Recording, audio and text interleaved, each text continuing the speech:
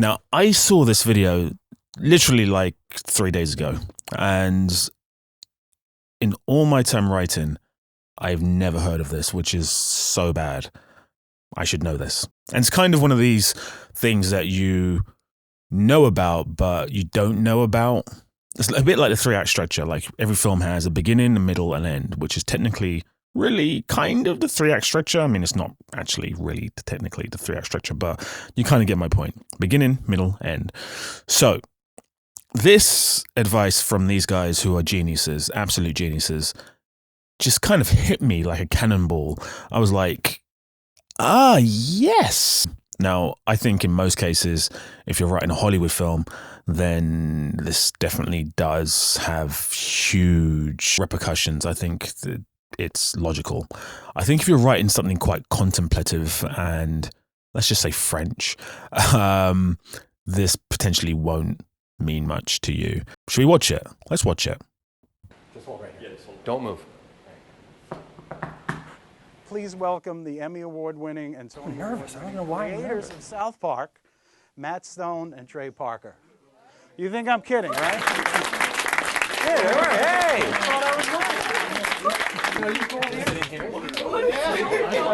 Our whole South Park writers' room, one whole wall is one of these. And we've got it split up into 3 acts. We have different colored markers just like here too. Look at. Yep. We have that. And I walk around with the markers like this, and we'll go, okay, we do a show about this. This is It's basically our writer's room. Oh, okay, well somewhere, okay, this would be a funny scene if we had this. true. Each individual scene has to work as a kind of funny sketch. You don't want one scene that's just like, well, what was the point of that scene? We found out this really simple rule that maybe you guys have all heard before, but it took us a long time to learn it. But we can take these beats, which are basically the beats of your outline, and if the words and then belong between those beats, you're basically. You got something pretty boring. What should happen between every beat that you've written down is either the word therefore or but, right? So what I'm saying is that you come up with an idea and it's like, okay, this happens, right?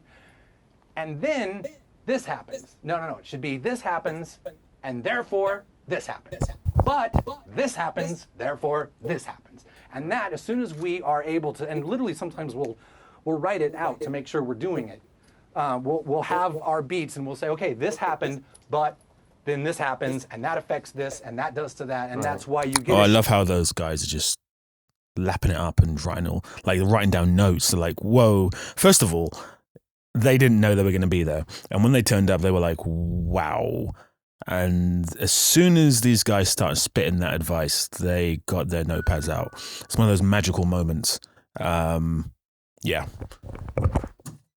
I'll be back. One day later.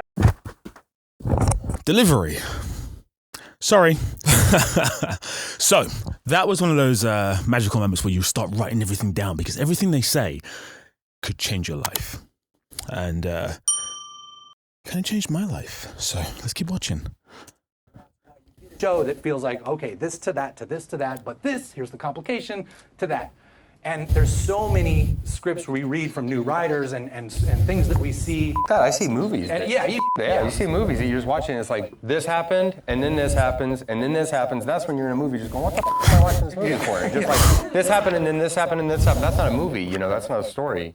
Like Trey said, it's those two, but because therefore that gives you the causation between each beat, and that makes that's a story. Yeah. That was brilliant advice. Honestly speaking, life-changing advice. I think there's a lot of content. That's that word, content. See, the thing is, I think a lot of Hollywood films nowadays are kind of following the same path, the path of and then. And I'm sitting down watching these films and I'm like, why is this happening? And now I know. It's because they're using the and then method. And then it's like when you're a child. I remember when I was told to write one of my first ever stories at school, and you do use and then all the time. You go and then, and your stories typically just rambles, big old rambles. You need but then, therefore. I agree with that completely.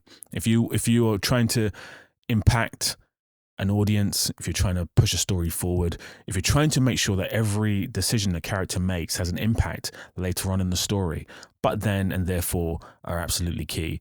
If you do not use these things right now, I suggest you use them because I find them hugely invaluable. Honestly, there's a thing called Chekhov's gun, which you may have heard of, I'm sure you may have done. I don't want to insult anyone or patronize anyone, but if you haven't, basically what it kind of means is that something happens or there's an object in Act 1 which you show to the audience or you write down on the page and character, for example, let's just use a gun as an example. In Act 1 on page 15, you've shown that a character has a gun. Now, it would be completely impertinent and completely silly to not have that gun have some sort of relevance later on in the film. Now, Knives Out does this really well. A lot of people don't like Rian Johnson because of The Last Jedi. Some people love him because of The Last Jedi. I do not like The Last Jedi at all, but I do like him as a filmmaker. Ever since I saw his debut film, Brick, I've been a huge fan. And I do like Knives Out as well. I'm not a huge fan of Glass Onion, but he's a really, really good writer, really technical writer.